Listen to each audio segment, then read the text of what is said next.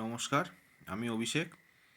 আবার অনেক দিন পর আপনাদের সামনে একটা বাচ্চার ট্রিটমেন্টের ভিডিও নিয়ে চলে এলাম। নিজের কিছু ব্যক্তিগত সমস্যার জন্য ভিডিওগুলো সম্পূর্ণরূপে করা হচ্ছে না, তাই ভিডিও দিতে দেরি হচ্ছে। যাক, আজকে এই বাচ্চাটির ট্রিটমেন্টের একটি গল্প আপনাদের সাথে শেয়ার করে নেওয়া যাক। এই যে বাচ্চাটিকে দেখছেন, এই বাচ্চাটি থাকে হুগলি জেলার ভদ্রেশ্বরে। বাচ্চাটি ছোট থেকেই নাকি কোমর তুলে হাঁটতে পারে না। কোনো এক অজ্ঞাত কারণে বাচ্চাটি দীর্ঘদিন ধরে এইভাবেই কোমরটি রেখে হাঁটাচলা করত।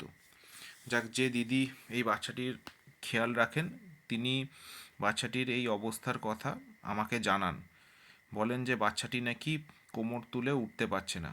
তা আমি দিদিকে বাচ্চাটির স্পাইনাল কর্ডের কিছু ছবি চেয়েছিলাম, দিদি আমাকে সেগুলো দেন। তো বাচ্চাটিকে সেই সময় বারবার করে ডাকা হতো যে উঠে হাঁটার জন্য, কিন্তু সে কোমর তুলে হাঁটতে পারতো না। বাকি সব কিছুই তার স্বাভাবিক ছিল, কিন্তু সে কোমর তুলতে পারতো না বা কোমর তুলে হাঁটতে পারতো না।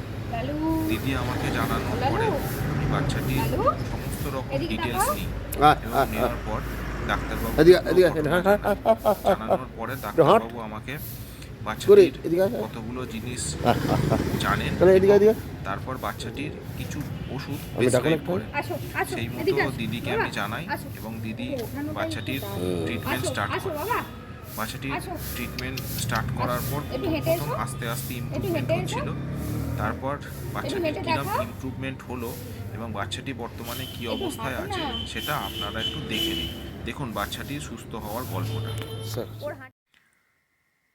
বারবার করে বাচ্চাটিকে ডাকা হচ্ছে, কিন্তু ও ভাবছে আমি বোধহয় উঠে আর হাঁটতে পারবো না। কিন্তু তারপর দেখুন কি হলো।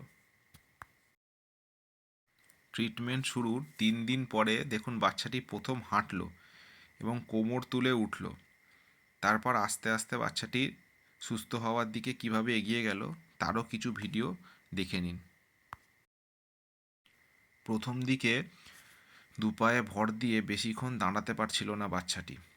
তারপর আস্তে আস্তে বাচ্চাটির ট্রিটমেন্ট চলে এবং বাচ্চাটি আস্তে আস্তে সুস্থ হয় এবং সুস্থ হওয়ার পরে এখন সম্পূর্ণরূপে হাঁটতে পারে। দেখুন বাচ্চাটির এখনকার ভিডিও।